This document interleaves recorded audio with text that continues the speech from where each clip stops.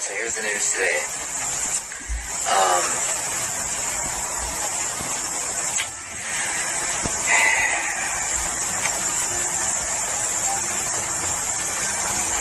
This one's messed up. E.T.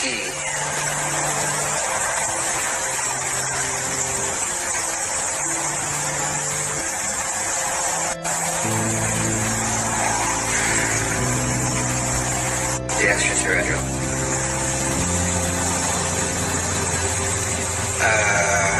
Is a horror movie.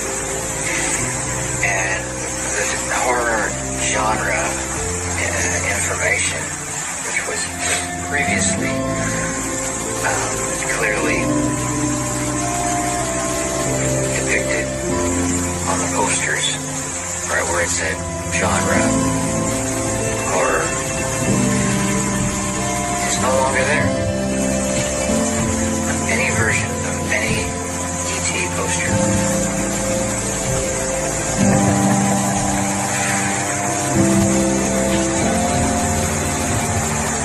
New World. And the movie is now listed online, so far as I've found, as a children's movie, family, sci-fi, and action drama. It is not listed as a horror movie anymore. So far as I'm aware, the movie is still the same, though I haven't watched it, so it might be different, for all I know. But so far as I remember,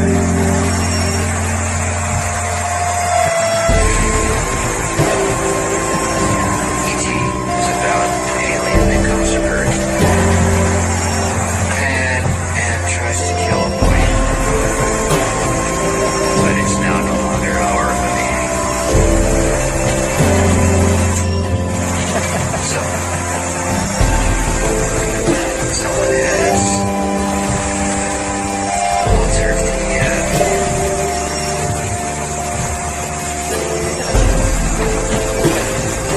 the media database again.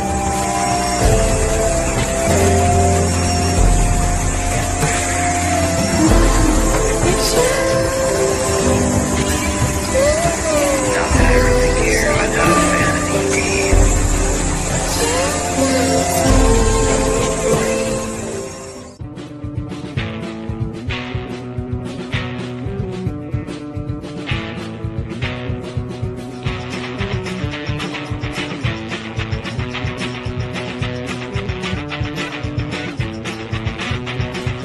Mit der Marke in der Hand, heute ein Kind, morgen ein Schwein. Schaffst damit ein auf dem Arm, heute ein Kind, morgen ein Schwein. Morgen bist du Staatsanwalt, heute ein Kind, morgen ein Schwein. Heute jung und morgen alt, heute ein Kind, morgen ein Schwein. Heute sind die Äpfel noch kandiert, morgen bist du sexuell frustriert. Heute streichelst du die Hunde und frisst dabei Gummitiere. Morgen bist du Chef von Haribo und kochst aus Hundegelatine.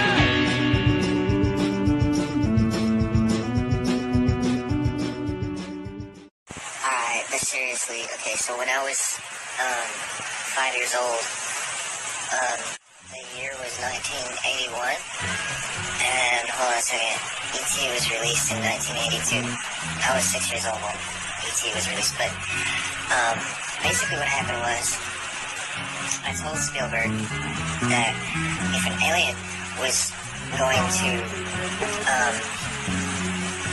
come to Earth, then what would happen is that he would invade. And the way he would do this was by placing himself in, through sympathy or empathy, he would place himself into the heart of a child. So, in the process, he would attempt to kill the child, but then he would change his mind, of course, at the last minute, and things would get worked out to where they were both rescued and they were safe and he got to go home to his planet and the kid got to stay behind. But, with the, seed of empathy of the alien in his heart, right? Well, that still leaves things unresolved, though. That's the problem. Because, the alien is in the boy's heart now, right? So, that sets up the planet for invasion. See? So in order to prevent the invasion from occurring, I said we have to bring the collective consciousness to understand that there needs to be an alteration in the film. And at first you didn't understand what I meant. When I explained it, I said, well, we just have to get the entire collective consciousness of people, of the people that saw this film to collectively decide that they have to change one of the scenes, which is at the end where the alien touches the boy's heart and says, I'll be right here. And change it to touching his forehead and to indicate that he's telling the boy that he'll be in his mind. So that way it resolves the invasion problem, because then the boy can take it into context. You see, he can to keep it in mind for a moment and think about it, basically about what happened there. And then eventually he'll get over it, because the damn alien's not freaking attached to his fucking heart, and his empathy. It's just a thought. It just turns into a thought, and then it just goes away, because the boy figured it out, and he moves on, right? That's the implication of that ending. See? So that's why that changed. It was scripted in advance. That whole thing was worked out that way for a reason. But then there's this unresolved issue of the genre having been obscured. And, well, if you follow the logic and the reasoning of what I just explained, then you'll understand how the genre got obscured. The original genre, of course, being horror. It was a horror movie, and that information was displayed right on the posters where it said genre horror, but it does not say that anymore. It never did. Not on any poster will you see that. Not any new poster, old poster, like I said earlier, in the monologue or whatever here, the dialogue, right? It's a dialogue. My monologues are not monologues, actually, they're dialogues, because I'm actually talking to somebody. I'm actually having a conversation with another person in the real world about this. So it is a dialogue. Because if it was not a dialogue, then these things would not have occurred. Anyway, as I was saying, you can figure out, you can put two and two together here on this one. The problem was resolved. So the movie does not need to be classified as a horror movie. It can now assume the genres of family and children's movie and sci-fi and action drama, I guess. What's the other one? Yeah. So now all that applies. And horror does not. So it's not Doom Flick.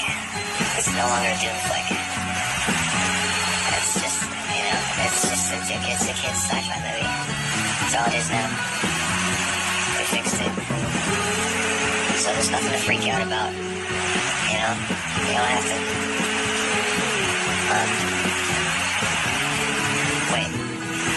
Wait, no, we still have to freak out on the street about something different, something else. It's just not about E.T. It's something else now. Like our responsibility to the civilization that is actually, native to this planet, yeah, something like that.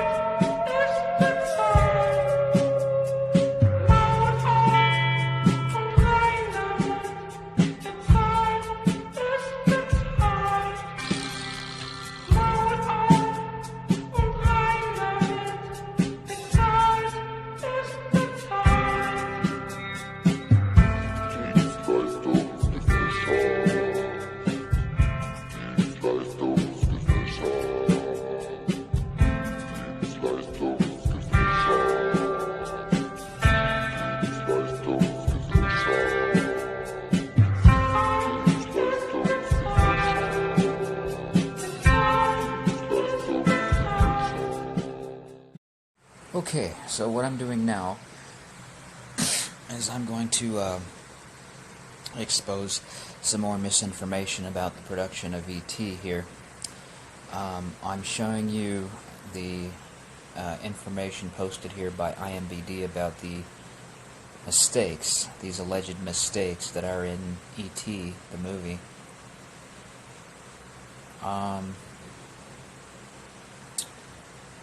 These mistakes were not mistakes. They were placed there intentionally because it was part of the process of creating an alien ambience and creating a simulation of dimensional shifting. So these mistakes were placed here, and okay, at first they're showing a mistake that occurs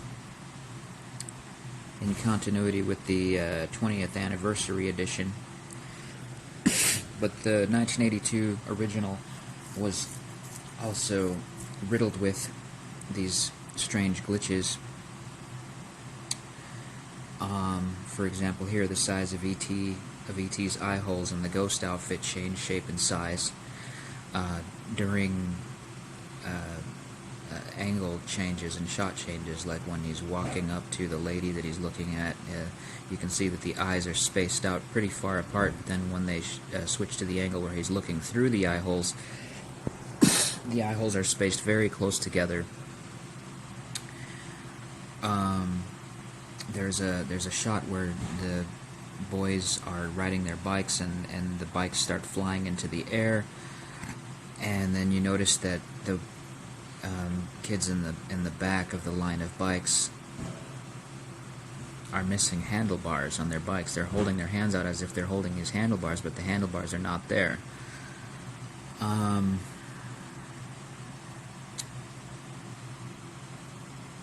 At the end of the movie, when E.T. is touching Elliot's head, his forehead, he's using his right hand, but then they switch shots to where they're showing an angle showing E.T.'s face.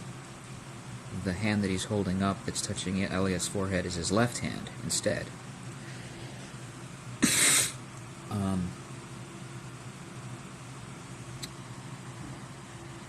There's plenty other mistakes here that are listed.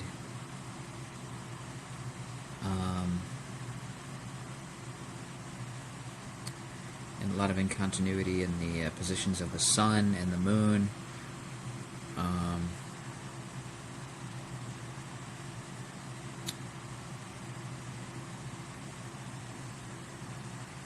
trying to find some other ones I remember observing when I was in the theater as a child watching this movie. This one about Gertie's hamburger changing size and eventually disappearing and being inconsistent with her eating it.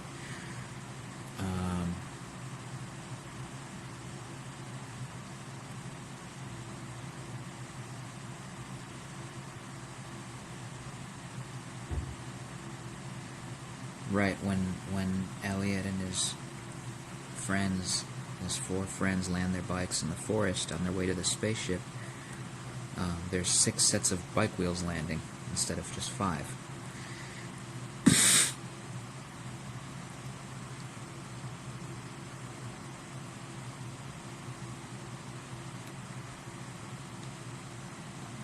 Repeating houses and intersections during the chase scene by the agents occurs. I remember that.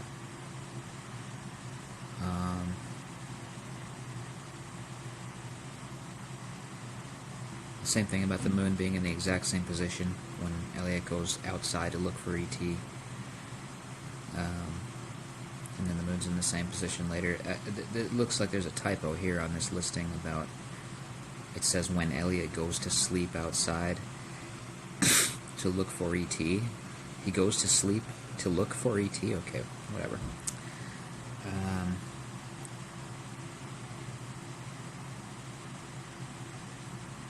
This one doesn't make sense either. The kids on the school bus would not be allowed out of their seats throwing paper wads at each other? Really?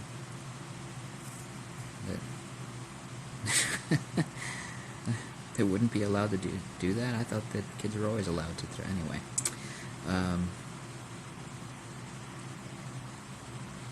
This one's kind of dumb too. Some are confused when E.T. magically heals Elliot's cut finger that the blood disappears. But it's possible that E.T. made the blood go back into his body along with healing the wound. Okay, anyway. Why would he do that?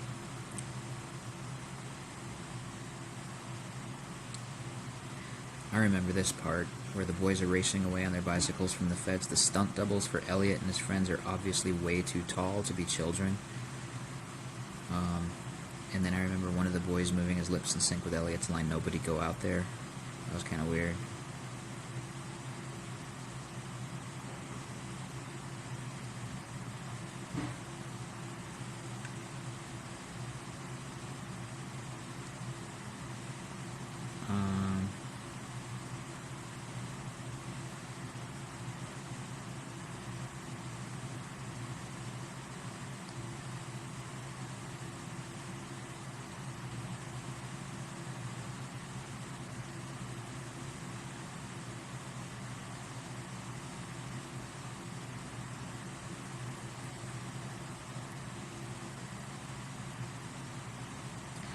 Yeah, I remember this one too. I remember when the medical staff person said cardiac arrest was terminated. And I was like, wait a minute, how could cardiac arrest be terminated? Cardiac arrest was terminated, right?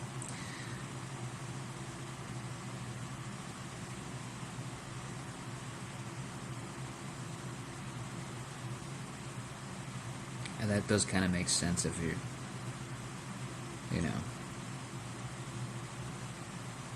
talking about something else. Okay.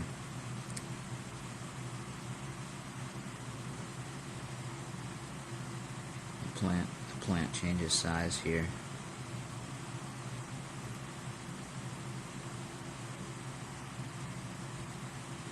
Anyway, the point is that I'm making here is that these mistakes were not actually mistakes. They were put in there intentionally.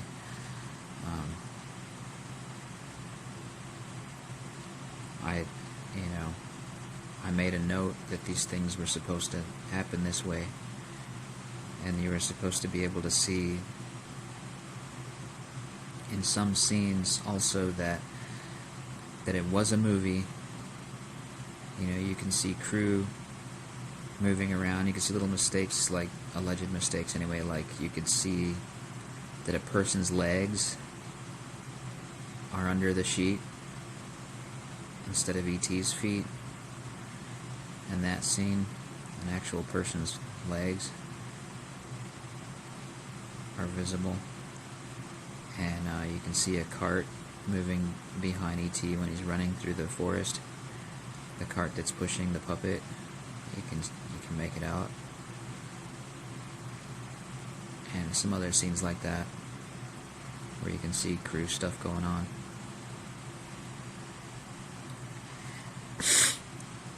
So that was there intentionally so that, you know,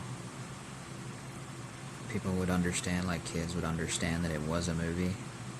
Like, I'm not trying to black anybody out, really, you know. Just get them to be able to assess the situation and use critical thinking.